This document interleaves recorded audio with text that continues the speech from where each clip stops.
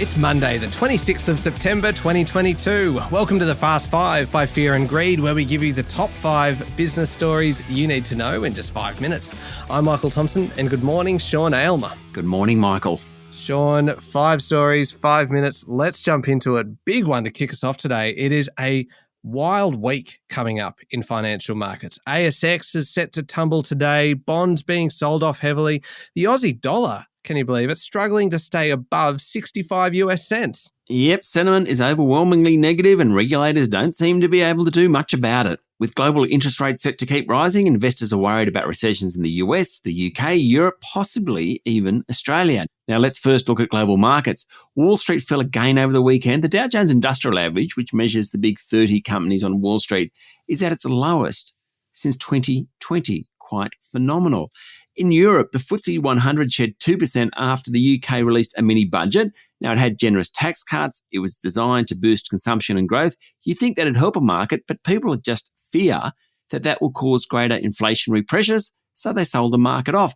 Bonds, you're supposed to buy bonds in troubled times. Not right now. They're being sold off. On Friday night, UK 5-year bonds were sold off the most in at least 30 years. US bonds are in the middle of the longest losing streak since at least 1976. The reason is investors don't want fixed rate bonds when interest rates are rising because they think they'll get a higher coupon rate at some point down the track. You mentioned the Aussie dollar. It's going okay against most currencies, but not the US dollar. It's down at 65.1 US cents. That's May 2020 levels when the world was in the grip of the COVID crisis.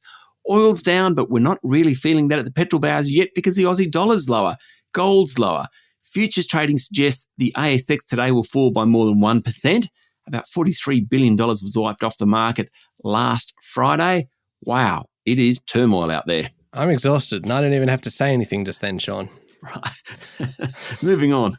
Story number 2, potentially a bit of good news. China's Foreign Minister Wang Yi says Beijing is willing to work with Australia to resolve differences between the two countries. The comments were made following a bilateral meeting between Mr. Huang and Australia's Foreign Minister Penny Wong on the sidelines of the UN General Assembly. He also said Beijing welcomed Australia's reaffirmation of its one China policy relating to Taiwan, which of course China considers as part of its territory.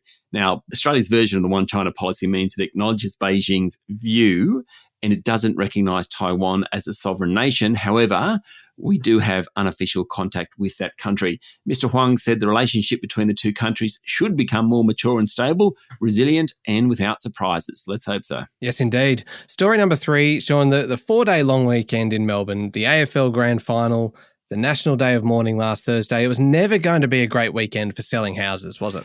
True, though Sydney had a busy weekend with more than 800 auctions scheduled. In Melbourne, there were just 132 auctions scheduled, which actually isn't that unusual for Grand Final weekend. Brisbane, in fact, had the second highest number of auctions at 140.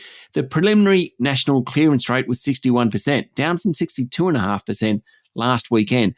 But at least it's still well above the lows of July, according to CoreLogic. Yeah, we mentioned the grand final there, Sean, and that's actually leading us neatly into story number 4 today. Ratings for the AFL on Saturday were disappointing, really disappointing for Channel 7, with 900,000 fewer viewers than a year ago. An average of 3.06 million fans tuned in, which means it will still be one of the most viewed programs of the year. But as you said, almost 1 million fewer than last year and 750,000 less than 2020. It's not a great look for Seven, given it and Foxtel just agreed to pay $4.5 billion to lock in the broadcasting rights from 2025 to 2031 for the AFL. Now, it did trigger a renewed push to start the game later than 2:30. An evening grand final has been suggested. Also, the numbers might be hurt by the scoreline. I mean, Geelong just thrashed the Swans. 5.76 million people tuned in at some point during the match, but clearly millions didn't hang around, presumably because of how one-sided the game was. All right, final story. Story number 5, Sean. I love stories about food. I think I'm possibly permanently hungry. And this one about hamburgers and chips in the United States just grabbed me. Bloomberg has created an index to measure the cost of things like hamburgers and chips, and it's up 13% in the past year. Who needs inflation data when you've got the American Diner Index? Anything more American than that? I don't think so. It includes the cost of ingredients for a toothpick club sandwich, as well as the accompanying potato chips, ice cream and soft drink. Prices for bread and lettuce are up 33% and 20% respectively. Turkey and ham, both part of a club sandwich, they're up 10%. All up, A 13% increase. There you go. Can you have a club sandwich for breakfast, Sean? Yeah, you can have a club sandwich whenever you want it, especially when you're ordering room service. Oh, well, I'm not ordering a room service, but I'm going to go and find a club sandwich. Thank you very much. That's it, the top 5 business stories in 5 minutes. Thank you, Sean. Thank you, Michael. It's Monday, the 26th of September, 2022. Remember to hit follow on the podcast. And if 5 minutes isn't enough for you, you can find our longer daily show called Fear and Greed wherever you listen to podcasts. I'm Michael Thompson, and that was the Fast 5 by Fear and Greed. Have a great day.